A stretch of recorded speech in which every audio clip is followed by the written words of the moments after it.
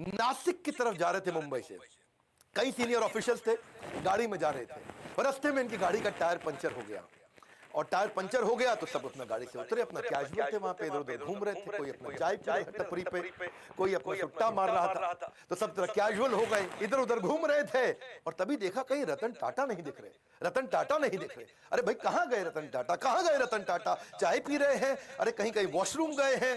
तो रतन टाटा अचानक लोगों ने देखा कि अपनी स्लीव्स ऊपर करके और अपने टाई को कंधे पे ऐसा पीछे टांग करके, उसके बाद जो है जैक और पाने को हाथ में पकड़ के दूसरे टायर का प्रेशर चेक कर रहे, उसके साथ पंचर लगवा रहे। तो लोगों ने आके पूछा, भाई आप रतन टाटा हैं, आप काहे पंचर लगा रहे भैया? वो उसका काम है पंचर लगाने का। तो बोले देखो, अगर इसको 15 मिनट लगते हैं पंचर लगाने में, मेरी मदद से 7.5 मिनट में कर लेगा, तो जहां मीटिंग में पहुंचना वहां 7.5 मिनट ज्यादा मिल जाएगा मुझको।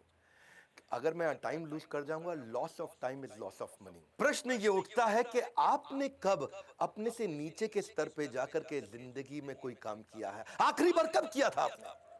कब आपने अपने स्तर से नीचे उतर करके दूसरों की मदद करी थी? रतन टाटा जिंदगी भर सिखाते रहे, leadership is not position, it is action.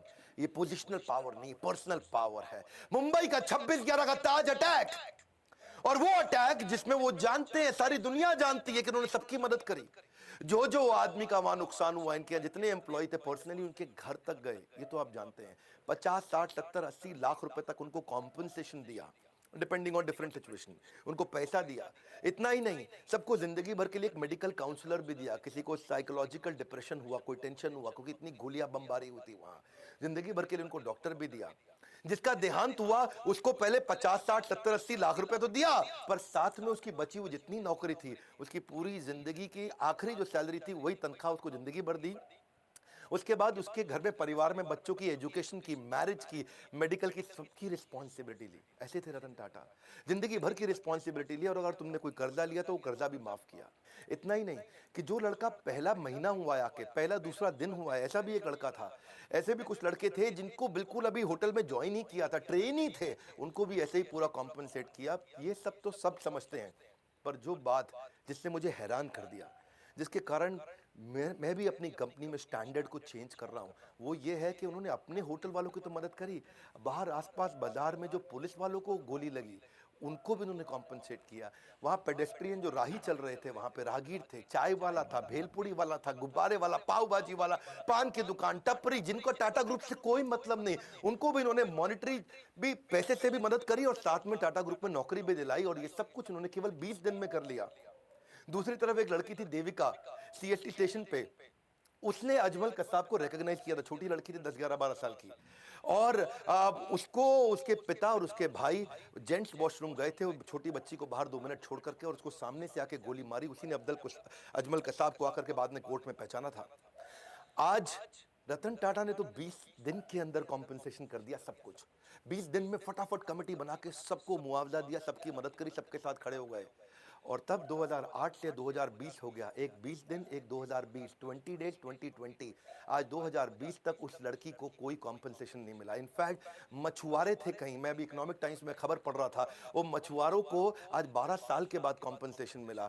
मतलब सरकार को जितना समय लगता है, टाटा को कभी समय नहीं लगता। करुणा के लिए कारण की जरूरत नहीं पड़ती। यदि आप दूसरों को प्रसन्न देखना चाहते हैं तो करुणा का भाव रखिए, और अगर खुद को प्रसन्न देखना चाहते हैं तो भी वही करना है, तो भी करुणा का भाव रखना है। देखिए, ये ऐसे व्यक्ति थे जो वैल्यू को वैल्यू किया करते थे, वैल्यूज को ही used to value the values.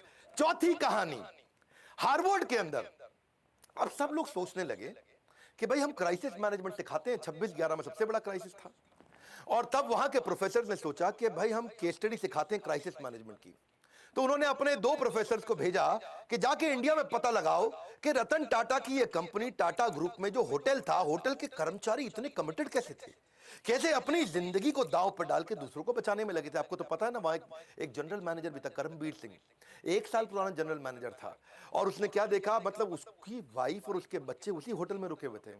और उसको पता चला, खबर मिली कि उसकी वाइफ की डेथ हो गई है वहीं पे ही, जो नीति थी उसकी वाइफ, और उसका बेटा उदय और समर, एक की उम्र 14 साल, एक की 5 साल, वो होटल के अंदर है, जनरल मैनेजर करमबीर सिंह, और ऊपर फ्लोर के अंदर एक स्वीट कमरे के अंदर उनके बच्चे और उसकी बीवी की डेथ हो गई, लेकिन वो रुका नहीं, क्योंकि आग लग गई थी वहां कमरे में। वो रुका नहीं, वो सुनने के बावजूद वो दूसरे गेस्ट को बचाने में लगा रहा। इतना ही नहीं, उनके अलावा यंग ट्रेनी थे बहुत सारे, वो भी गेस्ट को बचाने में लगे रहे, वो भी खुद वहीं रुक रहे, उनको गेस्ट को भेजते रहे होटल के अंदर। टेलीफोन ऑपरेटर फोन करके बता रहा है कि अब निकलो, अब रुको, अब निकलो, अब रुको। रिसेप्शनिस्ट जो स्टाफ थी वहां पे, वो भी ह्यूमन शील्ड बना बना करके गेस्ट को निकालने में लगे हैं। सब लोग हैरान थे।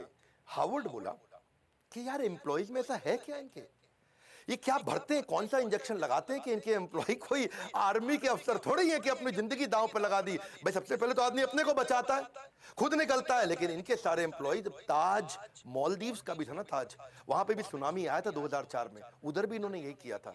तो वो सोचे कि भाई ताज होटल के एम्प्लॉय ऐसे हैं कैसे। तो देश पांडे और रैना, ये दो आदमी हार्वर्ड से आए रिसर्च करने इंडिया में। तो पहले सोचा भाई सिंपल सी बात है, आप लोग भी सोच रहे होंगे कि इनकी ट्रेनिंग बड़ी अच्छी होती होगी, इनका ह्यूमन रिसोर्स अच्छा होगा, इनके मैनुअल अच्छे होंगे। लेकिन वो बोले नहीं, ट्रेनिंग तो तब दे ना जब एम्प्लॉय 2 4 5 10 साल पुराना हो जाए। यहाँ तो एम्प्लॉय नया था,